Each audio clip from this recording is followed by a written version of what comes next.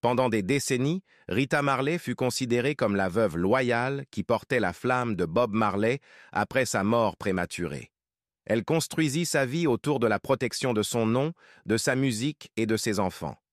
Mais derrière cette image de force se cachait une femme hantée par des murmures selon lesquels la vie amoureuse de son mari avait laissé des cicatrices bien plus profondes que le public ne l'avait jamais imaginé. Lorsqu'un test ADN révéla des décennies plus tard l'existence d'un enfant secret, le monde soigneusement préservé de Rita commença à s'effondrer, et avec lui, l'unité fragile de la famille Marley. L'union compliquée. Lorsque Bob Marley épousa Alpha Rita, Anderson, le 10 février 1966, peu auraient pu imaginer la tempête qui les attendait.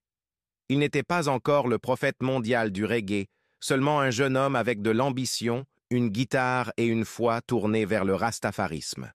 Leur mariage, béni dans l'église orthodoxe éthiopienne, symbolisait un lien censé être spirituel, indestructible et éternel. Mais dès le début, des fissures apparurent sous la surface. La vision de l'amour et de la liberté de Bob, façonnée par les idéaux Rastafari, ne se traduisait pas toujours par la fidélité à la maison. Ce que Rita pensait être un partenariat d'égal à égal se transforma souvent en une épreuve d'endurance. À la fin des années 1960, la vie avec Bob fut marquée autant par la difficulté que par l'espoir. L'argent manquait, l'industrie musicale était impitoyable et la Jamaïque oscillait entre pauvreté et agitation politique. Rita vendait des disques dans les rues, parfois même de la nourriture, simplement pour aider à maintenir leur petit foyer à flot. Elle donna à Bob non seulement sa loyauté mais aussi sa voix. Elle chanta en chœur sur nombre de ses enregistrements, se tenant derrière lui au sens propre comme au figuré, tandis que les Wailers commençaient à grimper. En 1967, elle donna naissance à Cedella, le premier de leurs 3 enfants communs. Ziggy suivit en 1968, puis Stephen en 1972. En outre, Bob adopta Sharon, la fille de Rita, issue d'une relation précédente, l'élevant comme la sienne.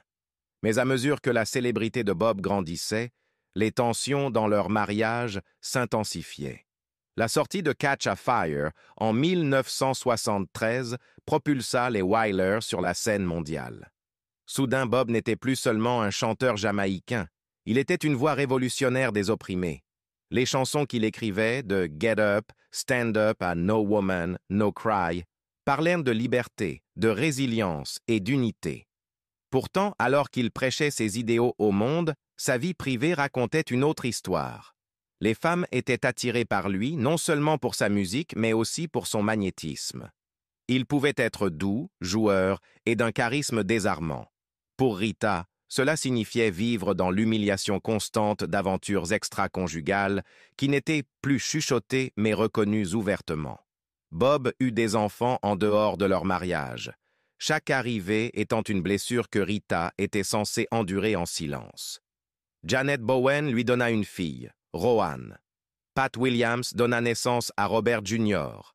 Et peut-être le plus célèbre, au milieu des années 1970, Bob entama une relation avec Cindy Breakspear, une Canadienne jamaïcaine qui remporta le titre de Miss Monde en 1976. Cindy lui donna Damian Marley, le plus jeune des enfants officiellement reconnus de Bob. Pour Rita, Cindy n'était pas seulement une autre femme. Elle était une figure publique, une rivale glamour dont la présence dans la vie de Bob ne pouvait être cachée. Malgré cela, Rita resta l'ancre. Elle était là en décembre 1976 lorsque des hommes armés envahirent leur maison de Kingston en pleine période de troubles politiques violents. Bob fut blessé par balle, tout comme Rita, qui reçut une balle dans la tête, mais survécut. Encore convalescente, elle se tint à ses côtés lors du concert Smile Jamaica, seulement 2 jours plus tard, se produisant devant des milliers de spectateurs, sa loyauté exposée aux yeux du monde. Cette loyauté, toutefois, eut un coût personnel. Des amis dirent plus tard que l'esprit de Rita avait été à la fois endurci et marqué par ces années, qu'elle avait appris à vivre